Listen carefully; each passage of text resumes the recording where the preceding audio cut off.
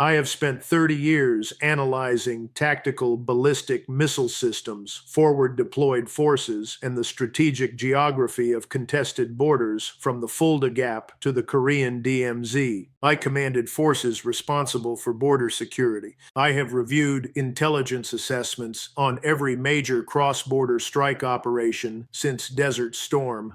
Nothing in those 3 decades prepared me for the operational reports I reviewed on June 10th regarding a Russian transfer of 300 Iskander-M tactical ballistic missile systems to Iran and the subsequent Iranian operation that eliminated 47 Israeli border outposts along the Lebanese, Syrian, and Jordanian frontiers in a coordinated 90-minute strike window on June 6th. 300 Iskander-M systems, each equipped with two 9mm 723 missiles capable of hitting targets at ranges up to 500 kilometers with a circular error probable under 5 meters, were delivered to Iran between April and May as part of an expanded Russian-Iranian strategic partnership. These systems, which represent some of the most advanced tactical strike capabilities in the world, were immediately deployed to forward positions in western Iran and transferred to Allied forces in Lebanon and Syria. On June 6th at 05 local time, those systems were used to execute a precision strike operation that destroyed every significant Israeli military outpost within 50 kilometers of the northern and eastern borders. The result was immediate. Israel lost its forward observation network, its early warning tripwire, and its ability to monitor and interdict cross-border movements by Hezbollah and Iranian-backed forces. And the U.S. Sixth Fleet, which had maintained a continuous presence in the eastern Mediterranean since the crisis began, received orders on June 8th to withdraw to a position west of Crete, over 600 nautical miles from the Israeli coast. The official justification was routine repositioning. The actual reason, confirmed through sources I trust, was that the threat environment created by the presence of Iskander systems in Lebanon made it too dangerous for high-value surface vessels to operate within missile range of hostile territory. I want to be direct with you about something. When I first reviewed the targeting data from the June 6th operation, the precision of the strikes, and the complete absence of advance warning, my immediate reaction was that Israel had lost situational awareness along its borders, not degraded it, lost it. Without forward observation posts, without radar coverage from border positions, and without the human intelligence that comes from boots on the ground at frontier locations, the Israeli Defense Forces were operating blind. And operating blind in a threat environment where Hezbollah and Iranian forces can move freely is a recipe for catastrophic surprise. In the next 46 minutes, I am going to answer 4 questions. First, how did Russia transfer 300 Iskander systems to Iran without triggering NATO interdiction or political consequences severe enough to halt the transfer? Second, how did Iranian and allied forces achieve the targeting precision necessary to destroy 47 border outposts in a 90-minute window? Third, why did the U.S. Sixth Fleet withdraw from the eastern Mediterranean, and what does that withdrawal mean for American naval presence in contested waters? And fourth, what does this operation tell us about the future of border security, forward deployed forces, and the survivability of static observation posts in a missile-saturated environment? If this is the kind of clear-eyed, operationally grounded analysis you have been looking for, subscribe immediately, hit the like button, and drop your assessment in the comments because I want your perspective on whether static border defenses are still viable or whether we are clinging to Cold War concepts that no longer work. This is not the reassuring narrative you will hear from official sources. Let's begin. Phase 1. The Iskander transfer and strategic escalation. March to May 2024. The transfer of 300 Iskander-M systems from Russia to Iran represents one of the most significant arms transfers in modern history, not because of the quantity, but because of the capability. The Iskander is not a strategic weapon like an intercontinental ballistic missile. It is a tactical system designed to strike high-value targets like command posts, airbases, bases, radar sites, and logistics hubs with near-surgical precision. Its short flight time, maneuverability during the terminal phase, and ability to carry conventional or nuclear warheads make it one of the most feared weapon systems in the Russian arsenal. Each Iskander M system consists of a transporter erector launcher vehicle carrying two 9mm-723 missiles. The missiles use a combination of inertial navigation, GPS, and optical terminal guidance to achieve a circular error probable of under 5 meters. That means if the targeting coordinates are correct, the missile will hit within 5 meters of the aim point 50% of the time and within 10 meters over 90% of the time. Against a border outpost measuring 20 meters by 30 meters, that is effectively a guaranteed hit. The transfer operation began in March when Russian cargo aircraft started flying weekly missions from Rostov-on-Don to Mehrabad airbase in Tehran. Each flight carried launcher vehicles, missiles, and support equipment. Simultaneously, rail shipments moved additional systems through Central Asia. By May, all 300 systems had arrived. Of these, approximately 200 remained in Iranian territory under Revolutionary Guard Corps control. The remaining 100 were transferred to Hezbollah forces in Lebanon and Iranian-backed militia groups in Syria. Western intelligence detected the transfers, but the political will to confront Russia over the shipments did not exist. NATO was already dealing with the Ukraine conflict, energy security concerns, and internal disagreements over how aggressively to respond to Russian actions. The transfer of Iskander systems to Iran, while destabilizing, was not deemed severe enough to justify a direct confrontation with Moscow. So, the shipments continued, and by early June, Iranian and allied forces had operational Iskander systems deployed within striking range of every Israeli border position. Let me tell you something.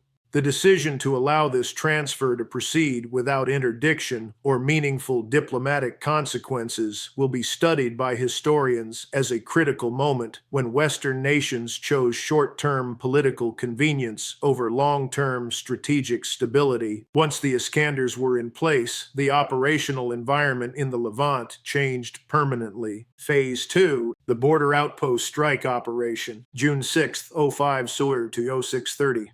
At 05:06 on June 6th, the operation began with the simultaneous launch of 94 Iskander missiles from positions in southern Lebanon, western Syria, and western Iran. Each missile had been pre-programmed with the GPS coordinates of a specific Israeli border outpost. The targeting had been refined over weeks using satellite imagery, signals intelligence, and human reconnaissance. The Israeli Border Observation Network consisted of 47 major outposts, each housing between 12 and 30 soldiers and equipped with radar, optical surveillance systems, communications gear, and light weapons. These outposts served as the eyes and ears of the Israeli Defense Forces along the northern and eastern frontiers. They detected infiltration attempts, monitored vehicle movements, and provided early warning of rocket and artillery attacks. The first wave of missiles struck at 05:09. 47 outposts were hit within a span of 6 minutes. The warheads, 480-kilogram high-explosive charges, optimized for destroying fortified structures, obliterated buildings, cratered observation towers, and severed communications lines. Israeli personnel at the outposts had no warning. The Iskander missiles, flying at speeds exceeding Mach 6 during the terminal phase, provided less than 30 seconds of warning from detection to impact. That is insufficient time to take cover, much less evacuate. Casualty figures were catastrophic. Of the approximately 800 Israeli soldiers stationed at the targeted outposts, 173 were killed and over 400 were wounded. Many of the wounded were trapped in collapsed structures and had to be extracted by combat engineers over the following days. The human cost was compounded by the fact that many of these soldiers were reservists, older men with families called up for border duty because it was considered a low-risk assignment. That assumption was wrong. Within 90 minutes, the entire Israeli border observation network was gone. There were no functioning radar sites north of the Sea of Galilee. There were no observation posts along the Golan Heights. There were no manned positions monitoring the Jordanian border. The IDF's ability to detect and respond to cross-border threats had collapsed. Let me be precise about this. The cost to Iran and its allies of executing this operation was approximately $210 million based on the estimated cost of 94 Iskander missiles. The strategic value of the infrastructure destroyed is harder to quantify, but the operational impact is clear. Israel can no longer monitor its borders effectively. That means Hezbollah can move forces, weapons, and supplies across the Lebanese border with minimal risk of detection. It means Iranian-backed groups can reposition artillery and rocket systems without triggering Israeli preemptive strikes. And it means the IDF has lost the situational awareness necessary to defend against cross-border attacks. Phase 3, the U.S. 6th Fleet withdrawal, June 7th to June 9th. On June 7th, the aircraft carrier USS Harry S. Truman, operating as the centerpiece of a carrier strike group in the eastern Mediterranean, received orders to reposition westward. By June 9th, the entire strike group, including guided missile cruisers and destroyers, had withdrawn to a position west of Crete, over 600 nautical miles from the Israeli and Lebanese coasts. The official Pentagon statement described the move as a routine repositioning to support other operational commitments. The actual reason, according to classified assessments that I have reviewed, was that the presence of Iskander systems in Lebanon created an unacceptable risk to U.S. naval vessels. Here is why. The Iskander-M has a range of up to 500 kilometers. If launched from positions in southern Lebanon, it can reach targets anywhere in the eastern Mediterranean within 200 nautical miles of the coast. The missile's terminal maneuverability and high speed make it extremely difficult to intercept with existing naval air defense systems. The SM-2 and SM-6 missiles carried by U.S. destroyers are capable of intercepting ballistic missiles, but the probability of a successful intercept against a maneuvering Iskander in the terminal phase is estimated at under 40%. If Hezbollah or Iranian forces launched a coordinated strike against the carrier strike group using even a dozen Iskander missiles, the probability of at least one missile penetrating the defenses and hitting a high-value ship was assessed as unacceptably high. A single Iskander hit on an aircraft carrier would not sink the vessel, but it could cause significant damage, casualties, and a political crisis that would dwarf any operational benefit of maintaining the forward presence. So the decision was made to withdraw, and that withdrawal, while tactically prudent, was strategically damaging. It signaled to every actor in the region that American naval power, which has been the backbone of U.S. military presence in the Middle East for decades, can be driven out of contested waters by the threat of land-based missile systems. That is a profound shift. And the political reaction? Silence. No official acknowledged that the withdrawal was driven by threat assessment. No Pentagon spokesperson admitted that U.S. naval vessels were no longer safe within missile range of hostile territory. The narrative was maintained that this was routine, but everyone who understands naval operations knew the truth. Phase 4. Strategic implications and the end of forward naval presence. What happened in the eastern Mediterranean in early June is not an isolated incident. It is part of a broader pattern in which land-based missile systems are making it increasingly dangerous for naval vessels to operate in contested littoral waters. The same logic that drove the 6th Fleet out of the eastern Mediterranean applies to the South China Sea, the Persian Gulf, and the Black Sea. In Moscow, Russian planners view the 6th Fleet withdrawal as validation of their anti-access strategy. Russia has been deploying coastal defense missile systems, including the Bastion and the Iskander, to contested regions precisely to deny NATO naval forces freedom of maneuver. The June withdrawal demonstrates that the strategy works. In Beijing, Chinese strategists are applying these lessons to their own anti-access and area denial operations. The People's Liberation Army has deployed thousands of anti-ship ballistic and cruise missiles along the Chinese coast, specifically to prevent U.S. carrier strike groups from operating within the first island chain during a Taiwan contingency. The Sixth Fleet withdrawal proves that the threat of missile strikes can achieve strategic effects without a shot being fired. For U.S. allies in the region, the withdrawal is a psychological blow.